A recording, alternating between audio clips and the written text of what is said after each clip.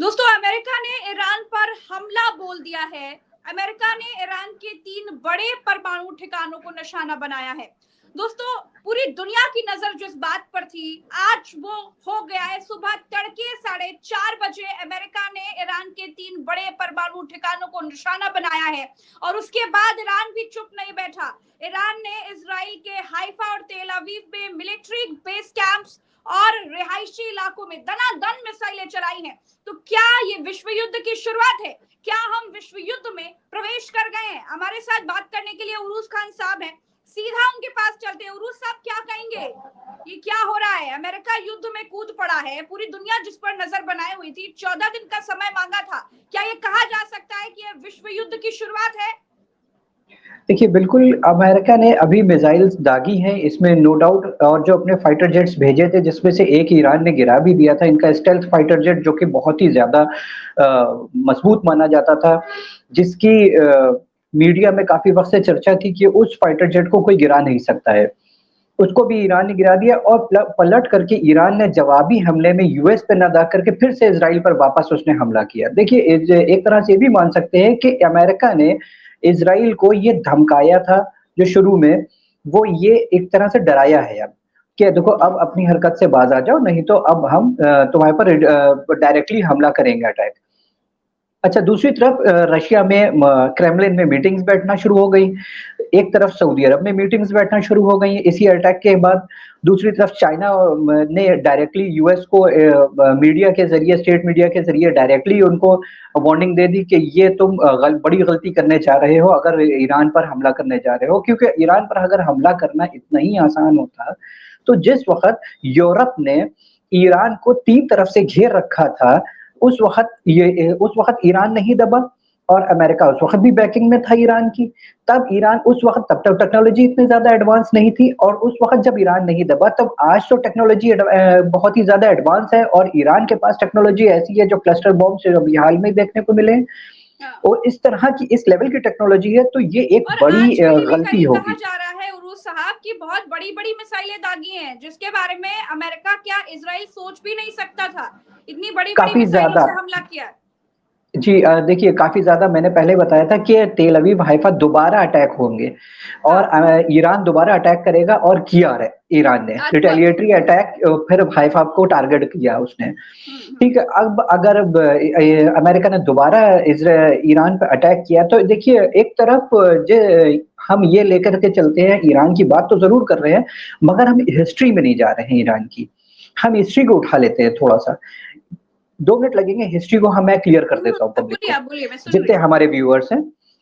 History कुछ ऐसी थी ईरान की, जिस वक़्त ये वर्ल्ड वॉर 2 चल रहा था, उस वक़्त जी। पूरी दुनिया के पास सिर्फ 2 ही ऑप्शन थे, या तो ब्रिटिश एम्पायर की तरफ चला जाए, या एडोल्फ हिटलर जो उस वक़्त की तानाशाह था, या तो उसकी तरफ चला जाए।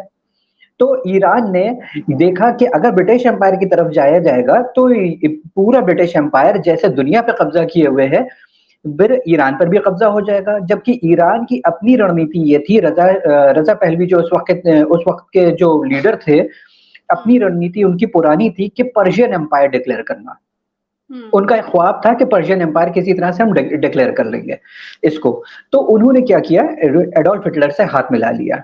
ये बात नागवारा गुजरी अमेरिका को बहुत ज्यादा, और अमेरिका ने यूरोप के साथ मीटिंग करी, और इजराइल ने इस बात का फायदा उस वक्त भी उठाया और धमकाया ये कि देखिए, वो जो हॉलोकास्ट वो कर रहा था, उसने ज्यूश कम्युनिटी के ऊपर, उससे ईरान ने हाथ मिला लिया। इस बात से तिलमिलाया हुआ था ये अमेरिका बहुत ज्यादा। अब देखा जाए तो जब एडोल्फ हिटलर ने सुसाइड करी, और फिर उसके बाद टेक ओवर हुआ जर्मनी का, ठीक है, फिर आगे जो ब्रिटिश एम्पायर था, उसने फिर ईरान को चारों तरफ से घेर लिया था। उसके बाद, ठीक है, इराक से भी घेरा उसने, गल्फ ऑफ ओमान से भी घेरा, और उसने तुर्कमेनिस्तान के बाकी के पीछे के इलाके जो थे, जो कि उस वक्त यूएसएसआर जो हुआ करता था, उस वक्त काफी तरीकों से घेरा। ईरान ईरान तब भी घुटने नहीं टेके थे उस वक़्त भी, ठीक है? तब अच्छा। ये, हाँ, तब उसके बाद वक़्त आगे आता है, और धीरे से करके जब वक़्त आगे बढ़ता है, तो रज़ा शाह पहलवी जब आते हैं, तो रज़ा शाह पहलवी ने ईरान को एक तरह से पपेट बना दिया था अमेरिका और यूरोप का। वहाँ की आवाम में जो चीज़ें देखिए ईरान का फुल फॉर्म है इस्लामिक रिपब्लिक करके एक पूरा फुल फॉर्म है जिससे इस्लामिक वर्ड पहले ही आ जाता है ईरान में। हाँ, हाँ, तो हाँ। उन्होंने इस्लामिक कंट्री अपने आप को घोषित किया था पहले हुँ, और ना कि इस्लामिक मूवमेंट पे चलने की बजाय वो यूरोपियन कल्चर पे पूरा ईरान चलने लगा था। हुँ। रज़ा शाह पहलवी ने पूरा यूरोपियन कल्चर वहाँ अडॉप्ट कर दिया था। मदरसे और मस्जिदों पर ताले लगवा दिए थे रज़ा शाह पहलवी ने और उसके बाद ईरान को प्रॉपरली एक यूरोप की तरह एक मुल्क देने वाला था। फिर रज़ा शाह पहलवी ने देखा कि जब उसमें रूहुल्लाह ख़ुमैनी जब बहुत ज़्यादा अपनी स्पीचेज़ देने लगे थे, तो उनकी स्पीचेज़ बहुत ज़्यादा कॉमन होने लगी थी और उनको धीरे-धीरे बैन कर करके दिया उन और उनका देश निकाला कर दिया। देश निकाल कर के वो इराक चले गए और इराक से जाकर के उन्होंने अपनी सारी रिकॉर्डिंग्स स्टार्ट करी और उनकी जो अपनी बनाई हुई खुद की रुहुल्लाह ख़ुमैनी की जो इंटेलिजेंस थी वो उन्होंने कैसेट्स के ज़रिए ईरान में फैला दिया था पूरा हुँ, और फिर वो जो उनकी स्पीचेज़ ईरान में फैली तो फिर एक कॉन्फ्लिक्ट नया पैदा हुआ इंटरनली और रज़ा शाह पहलवी को अपनी गद्दी का डर लगा। तो रज़ा शाह पहलवी ने एक बड़ी गलती करी थी उस वक़्त। वो गलती हुँ, ये करी थी कि दुनिया का सबसे बड़ा दस्तरख़्वान बिछाया था उन्होंने। और हुँ। उस दस्तरख़्वान पर उन्होंने जो डाइनिंग टेबल बिछाई थी, लगाई थी, उस पर दुनिया का हर तरह के खाने और सोने के प्लेट में उन्होंने सर्विंग कराई थी। सोने के चम्मच थे, सोने के वर्क से वो ढके हुए थे हुँ, और वहाँ पर उन्होंने अपने आप को पर्शियन एम्पायर डिक्लेयर कर दिया था और ताज पहन लिया था उन्होंने, पर्शियन एम्पायर का। ये बात अच्छा। नागवारा गुज़री यूरोप और अमेरिका को उस वक़्त। फिर उसके बाद अमेरिका और यूरोप ने उन पर दबाव बनाया और कहा कि तुम अब गद्दी से हट जाओ और 22 साल का तुम्हारा बेटा रज़ा पहलवी वो गद्दी को सँभालेगा। उन्होंने ये बात थी 1977 की बात है। हुँ, 1 साल बचा है अब सिर्फ़ कॉन्फ्लिक्ट वापस होने में और रुहुल्लाह ख़ुमैनी को सीट पर बैठने में। रुहुल्लाह ख़ुमैनी ये देखते हैं कि वहाँ पे कॉन्फ्लिक्ट बढ़ जाता है और सड़कों पर पब्लिक उतर आती है। साल भर ये कॉन्फ्लिक्ट चलता है और रज़ा शाह पहलवी अपने बेटे रज़ा पहलवी को लेकर के यूरोप हमेशा के लिए रवाना हो जाते हैं और फिर उसके बाद रुहुल्लाह ख़ुमैनी की एंट्री होती है और रुहुल्लाह ख़ुमैनी आते ही ईरान को एक इस्लामिक रिपब्लिक घोषित कर देते हैं पूरी हुँ, तरीके से। हुँ, अब ईरान ने क्या गलती करी वहाँ पर? या गलती कही है या ये उनकी अपनी आइडियोलॉजी थी। उन्होंने हुँ। शुरुआत में ही कैसेट्स और स्पीचेज़ के ज़रिए जो दुनिया भर की आवाम थी उसको उकसाना शुरू कर दिया था उन्हीं के लीडर्स के खिलाफ। और वो अच्छा। लीडर्स हुँ, हाँ, और उस वक़्त किंग फैसल सऊदी में लीडर थे। वहाँ के किंग थे सऊदी में और इराक में सद्दाम हुसैन की नई-नई गवर्नमेंट फ़ॉर्म हुई थी।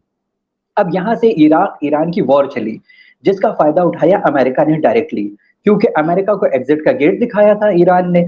तो अमेरिका ने ये तय कर लिया था, वहाँ पर कुछ ट्रीटीज़ साइन हुए कि आने वाली जितनी भी गवर्नमेंट्स होंगी, वो ईरान के अगेंस्ट ही रहेंगी।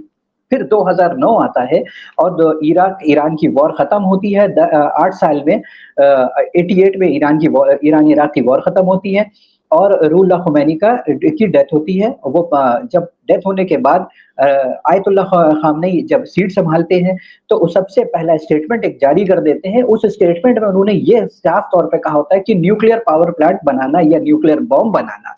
न्यूक्लियर बॉम्ब की बात उन्होंने कही थी कि हमारे यहाँ हराम वर्ड यूज़ किया था, हराम। जो कि हुँ, इस्लामिक टर्म में उसको यानी कि रिस्ट्रिक्टेड प्रोहिबिटेड है। तो इस पर फ्रांस का मैंने आपसे एक ज़िक्र किया था कि फ्रांस उस वक़्त भी सामने आया था और फ्रांस ने ये कह दिया था कि देखिए ये झूठ बोल रहा है और ये झूठ के सहारा लेकर के अपनी जान बचा रहा है क्योंकि उस वक़्त ब्रिटिश एम्पायर ने पूरा चारों तरफ से अमेरिका ने सब तरफ से ईरान को घेर रखा हुआ था। हुँ, हुँ, ठीक है। अब हम बात करते हैं वापस 2009 आता है और 2009 में बराक ओबामा ने सैंक्शंस लगाना शुरू कर दिए ईरान के ऊपर न्यूक्लियर हुँ, प्रोहिबिशन के।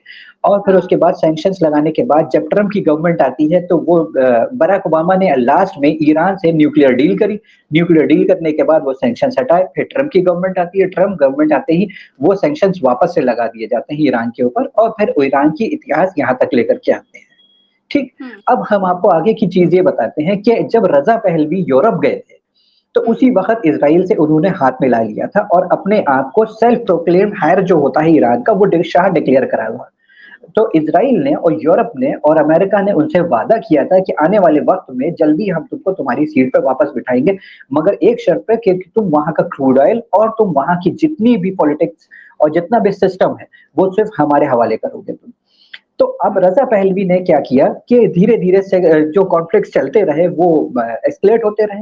वो एस्केलेशन होते-होते 2025 आता है और बीच में इज़राइल फ़िलिस्तीन पर बहुत ज़्यादा हमले करता है, एक तरह से जेनोसाइड करता है, बहुत बड़ा जेनोसाइड करता है, उसके आगे होलोकॉस्ट भी बहुत ही छोटा-सा मालूम देता है। अब मिलियंस में लोगों ने मारा है, तो जब आयतुल्लाह खामनेई और रुहुल्लाह खुमैनी का हम अगर स्टेटमेंट्स ले लें कि हम किसी पर ना तो ज़ुल्म होने देंगे और ना ही ज़ुल्म को बर्दाश्त करेंगे, ना ज़ुल्म के आगे घुटने टेकेंगे। इन लोगों को ये अच्छे से पता था, कोई मुल्क बोले ना बोले, ईरान ज़रूर बोलेगा फ़िलिस्तीन का, और जब ईरान बोलेगा, तब हम ईरान पे फिर रिटेलिएटरी अटैक करेंगे। तो इन्होंने रिटेलिएटरी अटैक का वर्ड अपने रिपोर्ट्स में शो किया था। और उस वक़्त ईरान ने हिज़्बुल्लाह के ज़रिए और हमास के ज़रिए इन पर अटैक कराया। हालाँकि ईरान क्लियरली खुले तौर पर भी आया था कि हम हिज़्बुल्लाह की और हमास की बैकिंग पे हैं। तो ईरान ने ये लफ्ज़ इस्तेमाल करे थे, और हालाँकि ये चीज़ इनके पास इंटेलिजेंस में क्लियरली इनके पास मौजूद थी। चलिए उरूस खान अब साहब, ये तो चलिए इतिहास की बातें हैं। आपने बहुत ही सही फरमाया, इतिहास जानना बेहद ज़रूरी है, क्योंकि आज जो स्थितियाँ पैदा हुई हैं, वो आखिर हुँ। जड़ के भीतर क्या है वो समझना बहुत ज़रूरी है। अगर आप अभी इसको करना चाहते हैं कंक्लूड, तो फिर बताएँ, नहीं तो मेरा अगला सवाल जो मैं बेसब्री से आपसे पूछना चाह रही हूँ। बिल्कुल, आप पूछिए। देखिए उरुस साहब, अब तो अमेरिका ने एंट्री कर ली है। अब अमेरिका ने खुले तौर पर ये बता दिया है कि ईरान शांति स्थापित कर ले, वरना इससे भी बड़े हमले अमेरिका करेगा। तो इसके मायने क्या समझा जाए? क्या अब रशिया भी आगे आएगा या फिर ये सिर्फ मुंह-मुंह का समर्थन रहेगा? नहीं, रशिया इस वक़्त सामने आएगा। अब रशिया सामने आएगा और डायरेक्ट व्हाइट हाउस से मीटिंग करेगा कि अगर तुमने इसको रोका नहीं तो मैं एंटर करूँगा। हालाँकि जब रशिया एंटर करता है तो रशिया अपने अपने से पहले सबसे पहले चेचेनियन फोर्सेस को आगे करता है। जो चेचेनियन फोर्सेस होती है उनको आगे करता है। अगर ये ग्राउंड वॉर करेंगे तो चेचेनियन फोर्सेस उसको डील करेंगी। एयर ये चेचेनियन फोर्सेस क्या होती हैं? इसको थोड़ा-सा विस्तार से समझाइए। देखिए, चेचनिया की जो फ़ोर्स है वो रमज़ान कादिरोव उनका लीडर है, चेचनिया का रमज़ान कादिरोव। और यूक्रेन पे भी जो हमला हुआ था, जो रशिया ने किया था, उस पर भी रशियन फ़ोर्सेस का नाम था, मगर एक्चुअल में जो वहाँ पर फ़ोर्सेस थी वो रमज़ान कादिरोव की थी, जो चेचनिया की फ़ोर्सेस थी वहाँ पे। ओके। और चेचनिया को फुल सपोर्ट है रशिया का। रशिया देखिए इस तरह से सपोर्ट देता है, जब रशिया किसी को सपोर्ट देता है, तो उसका एक बड़ा एग्ज़ाम्पल चेचनिया है। चेचनिया में जितने भी फ़ोर्सेस हैं, वो रशिया के ही ऑर्डर पे ही चलती हैं। अगर रशिया ने ऑर्डर कर दिया है कि किसी भी मुल्क पे अटैक होना है तो वो अटैक करेगा, और अगर उसमें कि इन्वेजन करना है तो इन्वेजन करने के लिए वो इन्वेड करने के लिए प्रॉपर्ली एंटर करेगा। हुँ। अब क्योंकि रशिया ने 3 दिन पहले, फिर उसके बाद अभी 2 दिन पहले 2 बार वार्निंग दे चुका है यूएस को कि इंटरवेन नहीं करो, मिलिट्री इंटरवेंशन नहीं करना अपना। अब अब तो क्योंकि कर दिया। यूएस ने मिलिट्री इंटरवेंशन कर दिया है, तो अब देखने वाली ये बात है कि रशिया रिस्पॉन्ड इसको किस तरह से करता है। क्योंकि यस। जहाँ तक कि अंदाज़ा है और जहाँ तक कि रिसर्च है और जहाँ तक कि देखी गई है, रिपोर्ट्स को रीड किया गया है, प्रॉपर्ली एनालाइज़ किया गया है, रशिया फोर्सेस को अगली आगे करेगा और चाइना अपने स्टेल्थ फाइटर उतारेगा। हुँ। ठीक है? और अच्छा, रशिया अभी भी तो अपने देश दुनिया में क्या, बाकी दुनिया के तमाम देशों में क्या चल रहा है? क्योंकि जब अमेरिका ने ईरान पर हमला किया, उसके बाद क्या कुछ नई अपडेट्स, नए डेवलपमेंट्स क्या हुए पूरी यूएस दुनिया में? हुँ। हाँ, यूएस से सबसे पहले बात करने के लिए देखिए सऊदी अरब ने अपने आप को अभी ये एमबीएस ने रिपोर्ट आई कि एमबीएस एक्सेप्ट एक करके लिखा अपने है। इनर सर्कल से मीटिंग कर रहे हैं हुँ। एमबीएस, मोहम्मद बिन सलमान, क्योंकि देखिए बहुत ही क्लोज मुल्क है सऊदी अरब ईरान का, बीच में अगर यस। एक गल्फ ना हो तो बहुत ही क्लोज मुल्क है ईरान, दूसरी तरफ है आपका, दूसरी तरफ अफगानिस्तान है। ठीक है? हुँ। जहाँ तक कि देखा गया है कि अगर सऊदी अरब अमेरिका का साथ दे देता है, मैं कहता हूँ, हुँ। ठीक है? क्योंकि बहुत ही लेस लाइकली है कि वो ईरान का साथ देगा। जहाँ तक कि वो साथ देने अगर आगे साथ आ रहा है देने के लिए तो वो अमेरिका का ही। इसके पीछे क्या कारण है कि सऊदी अरब ईरान का साथ नहीं देता है? और सऊदी अरब जो क्यों नहीं सऊदी अरब में ईरान का मीटिंग साथ जो देता? चल ऐसी रही क्या थी, दुश्मनी है दोनों की?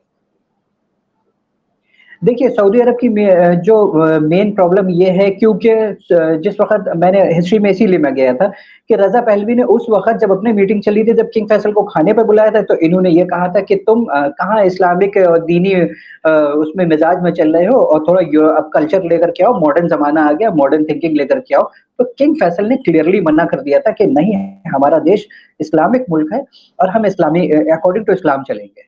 तो उस वक़्त ईरान को मना कर दिया था, उस वक़्त ईरान मॉडर्न था। आज सऊदी अरब मॉडर्न है। आज सऊदी अरब को एमबीएस ने मॉडर्न कर दिया है और आज ईरान इस्लामिक हो गया है।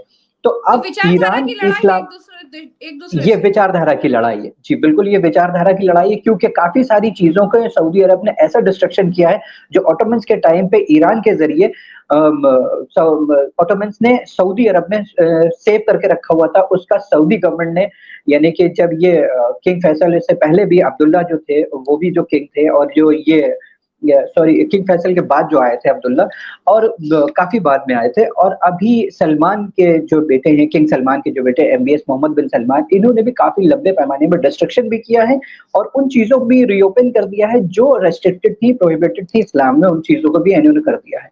अच्छा, तो बीच में ईरान ने एक तो किस मीटिंग करी तरीके थी से एमबीएस सऊदी से। अरब अमेरिका का साथ दे सकता है ईरान इजराइल युद्ध में?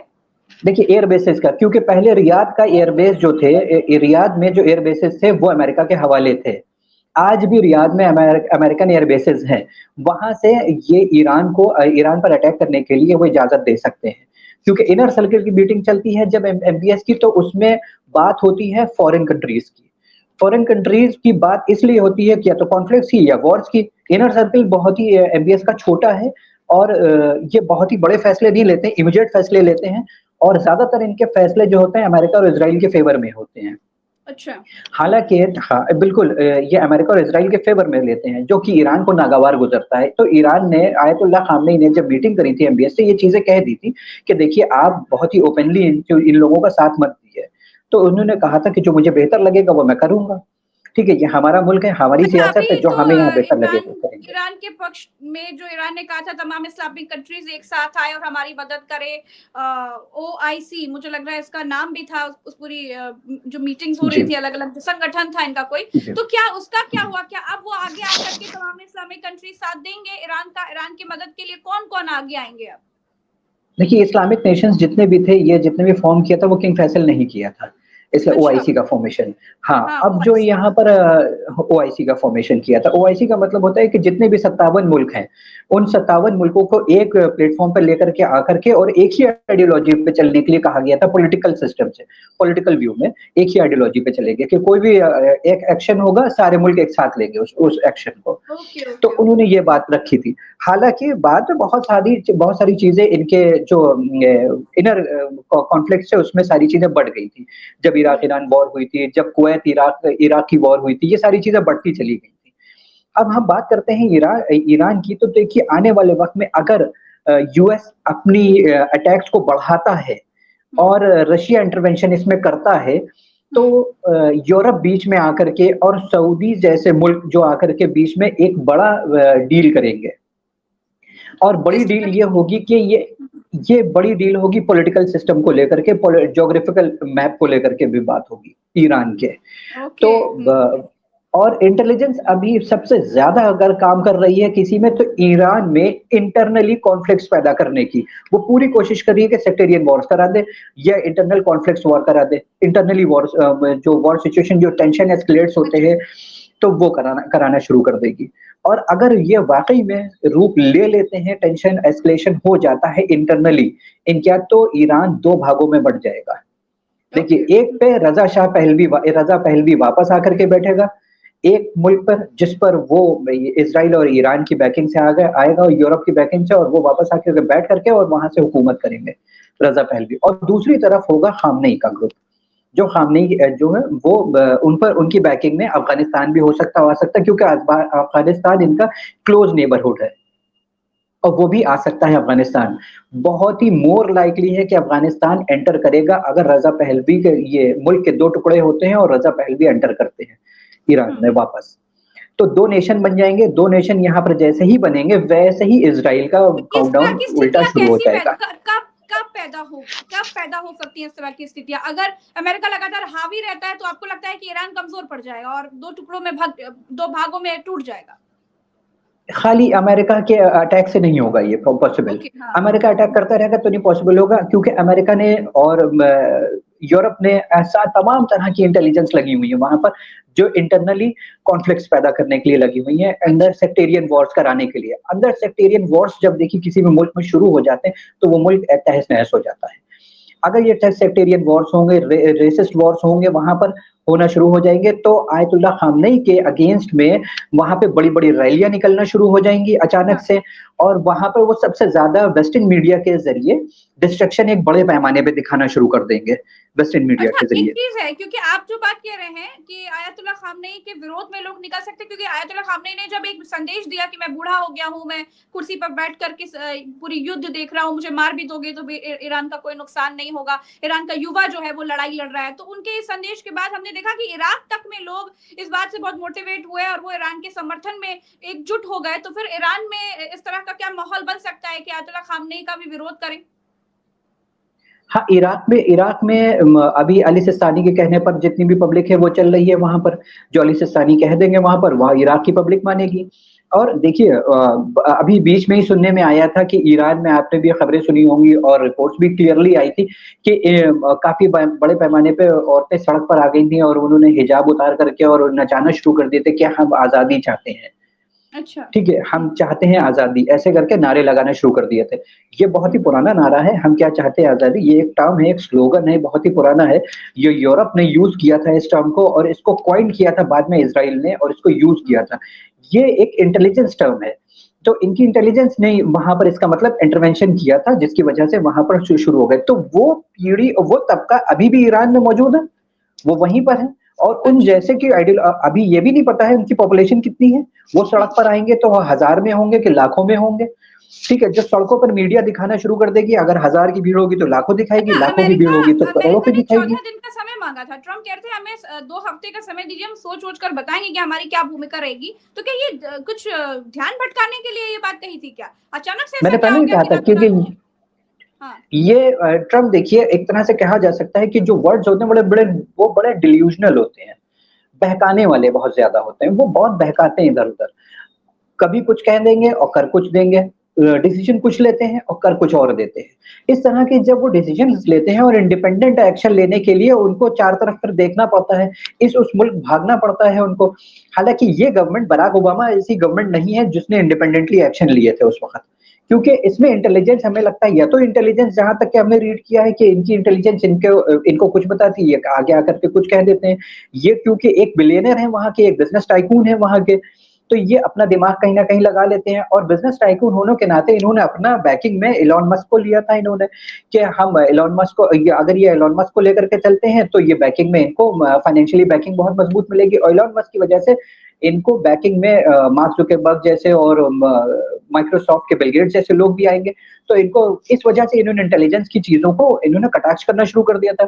हम दूसरी तरफ देखते हैं कि देखिए जब अमेरिका इन्होंने आप हम देखिए छोटी-सी ताज़ा एग्ज़ाम्पल देते हैं इन्हीं का ही, अभी मौजूदा। इन्होंने कहा कि हम 14 दिन का समय माँगते हैं और इन्होंने 2 दिन के बाद ही 3 दिन के बाद इन्होंने वो कर दिया, स्ट्राइक कर दी इन्होंने उठा करके। तो वो स्ट्राइक जो करी वो इंटेलिजेंस ने करी।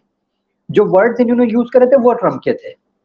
ट्रम्प पूरी तरीके से चाह रहे थे ट्रेड डील कराना और फिर हाँ। ट्रम्प ये चाह रहे थे कि इनिशियली वो पीसफुली इन्वेजन भी हो जाए और सारी चीज़ें समर्थन में आ जाए और कुछ करना भी ना पड़े। मगर इंटेलिजेंस जानता था कि ईरान झुकेगा नहीं और अगर झुकेगा नहीं ईरान तो किसी न किसी एक मुल्क को झुका देगा और तो क्या किसी न ट्रम्प किसी और एक को मुल्क। इंटेलिजेंस अलग-अलग चलते हैं क्या?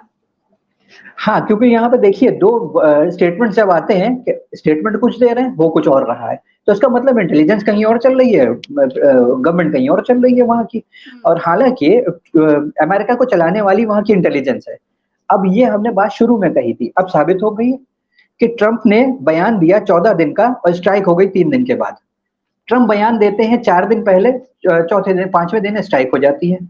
ठीक है? और अच्छा, बीच बाकी में देशों पर रशिया क्या आकर के जॉन। असर पड़ेगा अमेरिका के इस हमले के बाद? क्या कुछ अब नया होने वाला है, ये बताइए? अब देखिए मीटिंग तो टर्की में भी चल रही है इस वक़्त, ठीक है? रशिया में भी चल रही है, ठीक है? अज़रबैजान में भी चल रही है, अज़रबैजान टर्की गया हुआ है मीटिंग करने के लिए हुँ।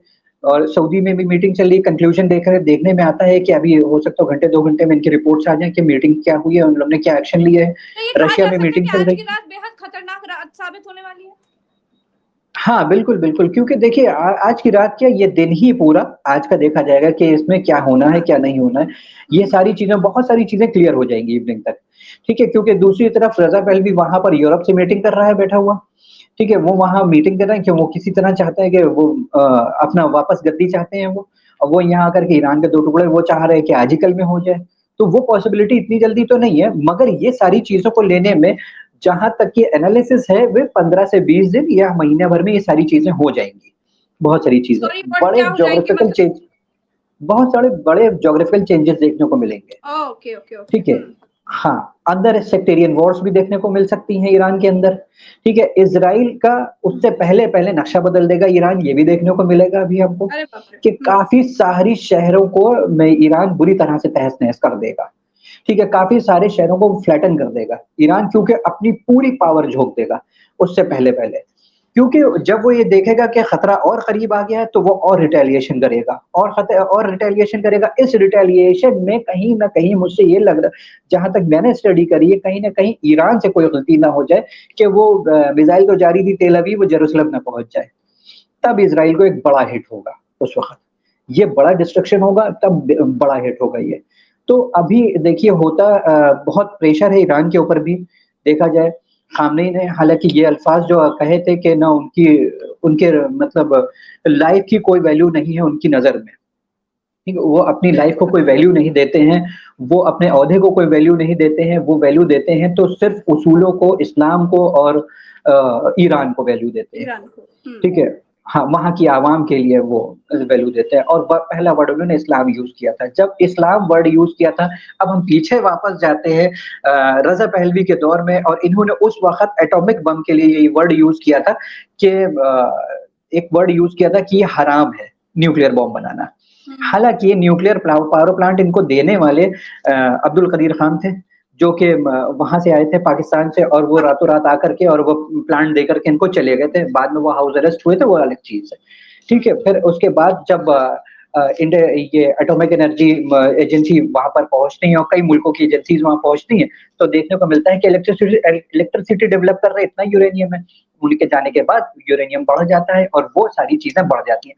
हालाँकि ईरान अगर न्यूक्लियर डेवलप कर ले, कोई बड़ी बात नहीं है, इसलिए क्योंकि ऑलरेडी 13,000 के लगभग न्यूक्लियर वॉरहेड्स हैं वर्ल्ड के पास पूरे। तो ये एटॉमिक एनर्जी एजेंसी उस वक़्त क्या कर रही थी, जब दुनिया भर सारा आर्सेनल तैयार कर रहा था, उनके पास नहीं विज़िट करने गए थे। उनके पास विज़िट करने जाने की तो हिम्मत नहीं थी, इज़राइल या ने अमेरिका कौन-सा से पत्र पूछने लिख की हिम्मत नहीं करके थी। बनाया है परमाणु बम? नहीं, उन्होंने परमाणु से भी ऊपर प्लूटोनियम बम भी बना लिए हैं हाँ, उन्होंने। हुँ। ठीक है? उन्होंने वो भी और इतने चोरी बड़े, तो करके। उनके पास जाने की हिम्मत नहीं थी, और वो भी उन्होंने बनाया रिहायशी इलाके में, इज़राइल हुँ। ने। उनके पास हिम्मत नहीं थी, ह्यूमन राइट्स वालों को जाने की उनके पास हिम्मत नहीं थी। उनके पास यूनाइटेड नेशंस को कहने की उनके अंदर हिम्मत नहीं थी। यूनाइटेड नेशंस के अंदर कि वो तो इज़राइल को कुल कुछ कह मिलाकर सकें। के अब ये युद्ध किस तरफ मुड़ता जा रहा है उरूस खान साहब?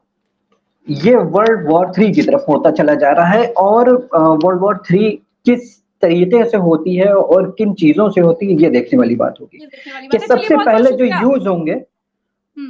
हाँ, हाँ, हाँ। बोलिए, बोलिए अपनी बात खत्म करिए फिर आगे बढ़े। हुँ। जो सबसे पहले यूज़ होंगे वो बायोकेमिकल वेपन्स यूज़ होंगे, ये न्यूक्लियर वेपन यूज़ होगा, ये देखने वाली चीज़ होगी। जी, चलिए बहुत-बहुत शुक्रिया उरूस खान साहब आपने समय दिया। शुक्रिया। दर्शकों का भी बहुत-बहुत आभार। तो आज बहुत बड़ी घटना हुई है। अमेरिका भी ईरान-इज़राइल युद्ध में कूद पड़ा है और अब देखना ये है कि आगे क्या कुछ होता है। पल-पल की अपडेट, पल-पल की खबर आपको उल्टा चश्मा यूसी पर और पल-पल के एनालिसिस आपको प्रज्ञा के पन्ना पर मिल रहे हैं। इसलिए चैनल को सब्सक्राइब करना मत भूलिएगा। वीडियो को शेयर कीजिएगा और अपनी राय कमेंट में ज़रूर बताइएगा। नमस्कार।